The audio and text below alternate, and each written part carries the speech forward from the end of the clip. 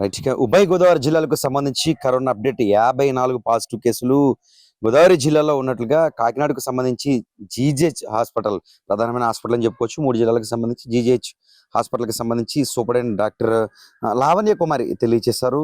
ఎలాంటి అనుమానం ఉన్నా జీజీహెచ్‌కు నేరుగా వచ్చి ఉచితంగా వైద్య పరీక్షలు చేయించుకోవచ్చని తెలియజేశారు. నిజానికి ఈ వేరియంట్‌కు అంత భయపడాల్సిన అవసరం లేనప్పటికీ జాగ్రత్త అయితే మాత్రం ప్రజలు ఖచ్చితంగా ఉండాలంటూ కూడా జీజీహెచ్ సూపరింటెండెంట్ తెలియజేశారు. ఇప్పటివరకు కాకినాడ జీజీహెచ్‌కు సంబంధించి దాదాపు 399 మందికి ఈ కరోనా పరీక్షలు అనుమాన నేపథ్యంలో నిర్వహించినట్లు జీజీహెచ్‌లో తెలియజేశారు. వీరిలో 54 మందికి కరోనా పాజిటివ్‌గా నిర్ధారణ అయినట్లుగా తెలియజేశారు. అయితే నిర్ధారణ అయిన నేపథ్యంలో భయపడాల్సిన అవసరం లేదని, తీసుకోవాల్సిన జాగ్రత్తలు వివరిస్తూ వారికి సంబంధించిన మెడిసిన్ ఇవ్వడం జరిగిందని తెలియజేశారు. అయితే ఆసుపత్రిలో మాత్రం 7 చికిత్స పొందినట్లు తెలియజేశారు. వారి 7 ఆరోగ్యం కూడా నిలకడగా ఉన్నట్లు తెలియజేశారు. గతం నుంచి కూడా చూసుకుంటే నలుగురు ఈ జీజీహెచ్‌కి సంబంధించి చికిత్స పొందుతూ నలుగురు డిశ్చార్జ్ అయిన పరిస్థితి నెలకొంది. ప్రస్తుతం ఇన్‌పేషెంట్లు అంటే 7 జీజీహెచ్‌కి సంబంధించి ప్రత్యేక వార్డు ఈ కరోనాకి కేటాయించారు. 7 చికిత్స పొందుతున్నారు. పరీక్షలు నిర్వహించకంటే దాదాపు 399కి నిర్వహించిన ఈ పరీక్షల్లో 54 మందికి అయితే మాత్రం పాజిటివ్ నిర్ధారణ అయినట్లుగా తెలియజేశారు. ఎవరికి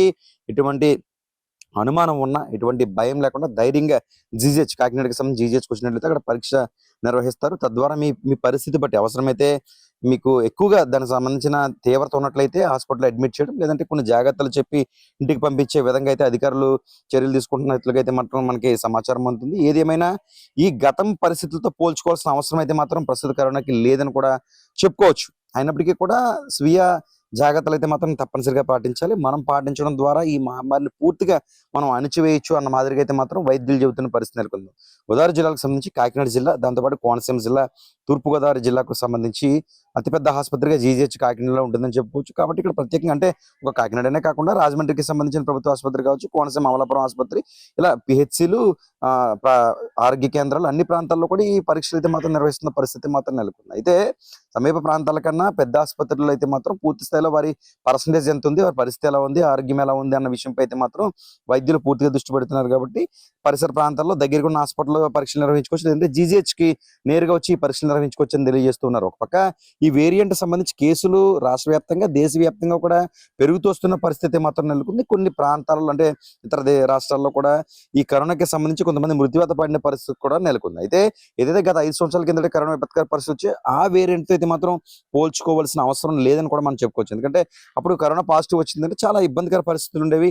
స్వీయ దూకంతో పాటు సంబంధించిన వ్యక్తిని ముట్టుకోకుండా దూరంగా ఉంచడం, చుట్టుపక్కల అతనితో ఉన్న కాంటాక్ట్‌ని కూడా మనం అతన్ని తీసుకురావడం, వారికి టెస్టులు నిర్వహించడం ఇలాంటి పరిస్థితులు ఉండేవి. అయితే మొదట ఈ వేరియంట్ కాస్త భయపెట్టినా రాను రాను అంత ప్రభావం లేదని అయితే మాత్రం అర్థమవుతున్న పరిస్థితులు చూడాలి. మరి అలా అయినప్పటికీ కూడా తక్కువ అంచనా వేయాల్సిన అవసరం లేదు. జాగ్రత్తలు అయితే వహించాలని చెప్పి Kakinada GGH superintendent doctor Lavanya Kumari అయితే తెలియజేస్తారు. ప్రస్తుతం 54 పాజిటివ్ కేసులు అయితే మాత్రం కాకినాడ జీజీహెచ్‌కి వచ్చిన పరిస్థితి మాత్రం నెలకొంది. అందరి పరిస్థితి కూడా ఆరోగ్యంగానే ఉంది. జాగ్రత్తలు అయితే తప్పనిసరిగా వహించాలని జీజీహెచ్ సూపరింటెండెంట్ పేర్కొంటున్నారు. గవర్నమెంట్ హాస్పిటల్కి వచ్చినా లేదు వేరే డాక్టర్ గారి దగ్గరికి వెళ్ళినా కూడా మేము టెస్ట్ చేస్తాము. మన హాస్పిటల్లో కోవిడ్ టెస్టులు ఫ్రీగా అవైలబిలిటీ ఉంది.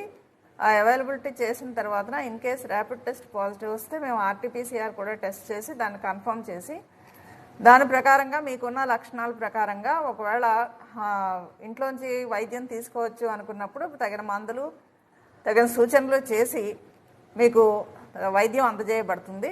అలా కాదు అడ్మిషన్ అవసరం అనుకున్నప్పుడు మేము గవర్నమెంట్ జనరల్ హాస్పిటల్లో ప్రత్యేకంగా కోవిడ్ కొరకు 22 పడకలతో మనం వార్డు అరేంజ్ చేయడం జరిగింది.